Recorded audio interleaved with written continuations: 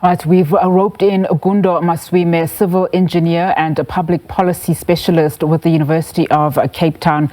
Thank you so much, Gundo, for your time. So as we mark 1 year since the collapse, let's reflect back to what transpired at the time. I mean, we know, of course, an independent forensic investigation into the building collapse at the time, commissioned by the Department of Human Settlements, did reveal systemic failures at multiple levels. I mean, there are still so many unanswered questions for, some of the families, as you saw in that clip, and calls now from various vantage points for a full review of the processes followed by specifically the National Home Builders Registration Council and the contractors involved. From an engineering perspective, what are the most common structural failures that could have led to a collapse of this magnitude during construction as we reflect back to that time? Thank you. Unfortunately, we have not received the actual details, and I'm suspecting it's in the report that has not been released yet. What they have now done is they've looked at everything that was not done properly. But that does not mean that was the cause of the actual collapse. The technical reference to the geotechnical deficiencies, it's one of the most common causes of structural failure. But the mode of failure of the building, from our observation, may not have been geotechnical. Geotechnical is when the soil below the foundation it does not have the bearing capacity for the building above it. So when that normally happens, it's normally what we call differential settlement. It doesn't happen equally below the building. There will be a weak spot. So what happens is the building will tilt before it collapses. That particular failure, the whole building came straight down without tilting at all. Which suggests that the structural members may have been under-designed, or otherwise it is possible that the quality of the concrete that was used was not as specified. But all of this did not come in the initial report, and we believe it's that forensic report, the one that has not been released yet, where that kind of detail will be there, because that's what will be used for criminal investigations.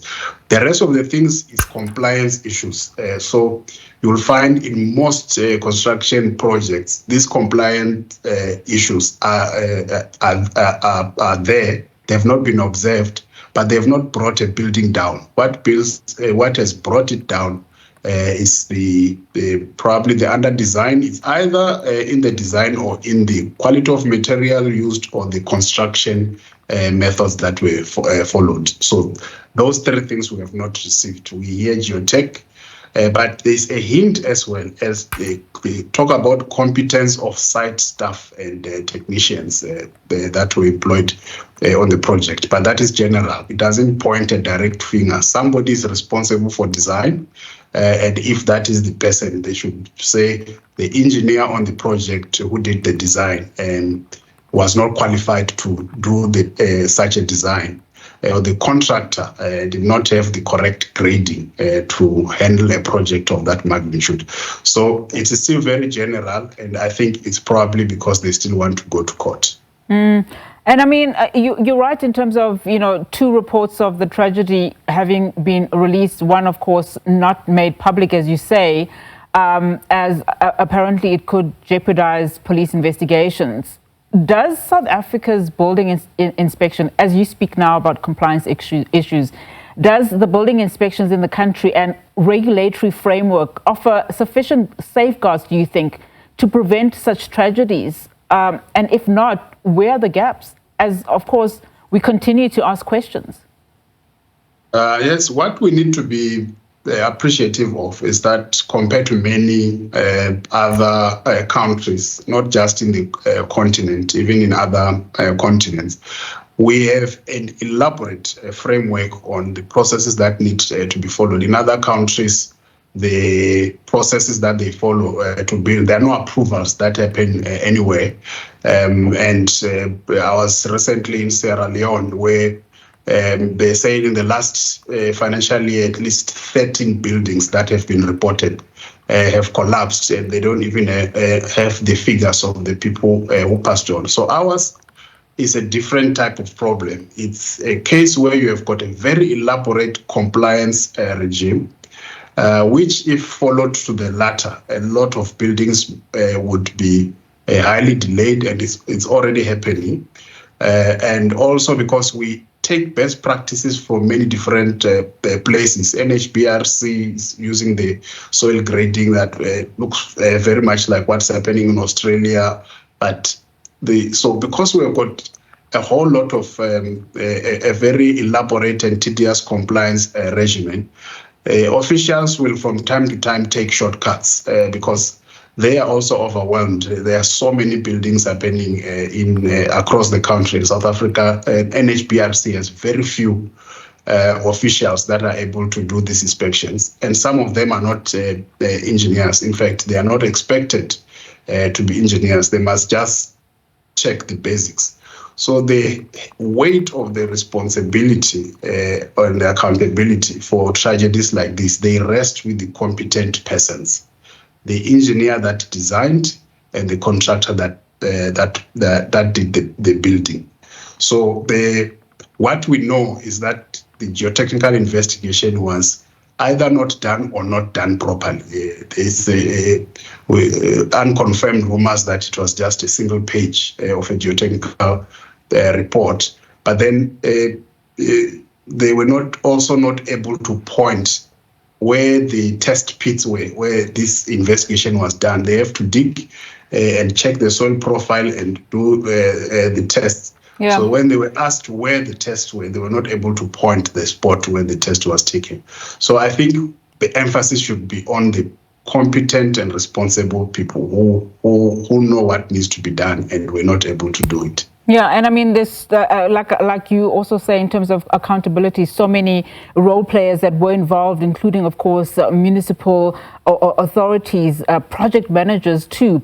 I mean, just as we wrap up our conversation, as we look at what lessons, should be drawn from the George building collapse, if, for instance, one report, notwithstanding, of course, the police investigations, is not investigated, one report, in fact, is not made public and it's withheld from the public. When we start looking at the lessons learned, I mean, what are the implications here just from a public accountability in engineering? What do you think should be done in the interim?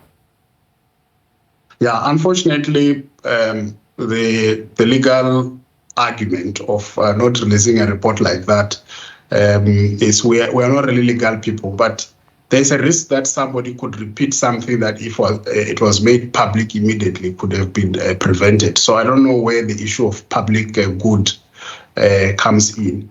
And if a report is out in public, the only question is that it would be so accusatory that when you go to court and the person is now exonerated, then you will have tarnished their name. So it's a balance between those two things. But the report must point out to first what made the building go down. That is the most important aspect. All the other compliance issues, we are seeing them and we are saying, if this form is not filled, a building can still stand. This form is really to check that you said you're building 3 stories and we went to site and it's indeed 3 stories. But the real question that brings the building down is the balance of the forces that hold the structure in place. So that is what we are looking at.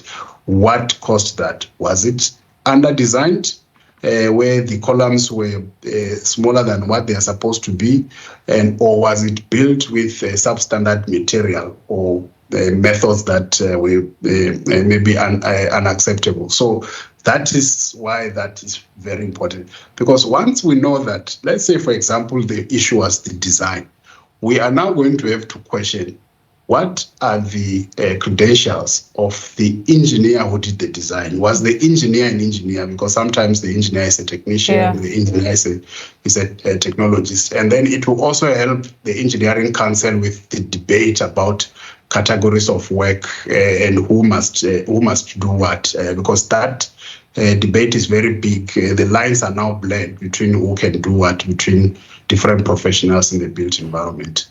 Yeah, absolutely. Gundo, thank you so much for your time. Really do appreciate your insights. Gundo Maswime is a civil engineer and a public policy specialist with the University of Cape Town, as we, of course, mark the one-year anniversary of the collapse of the building in George in the Western Cape. 34 people were killed and 20 others injured.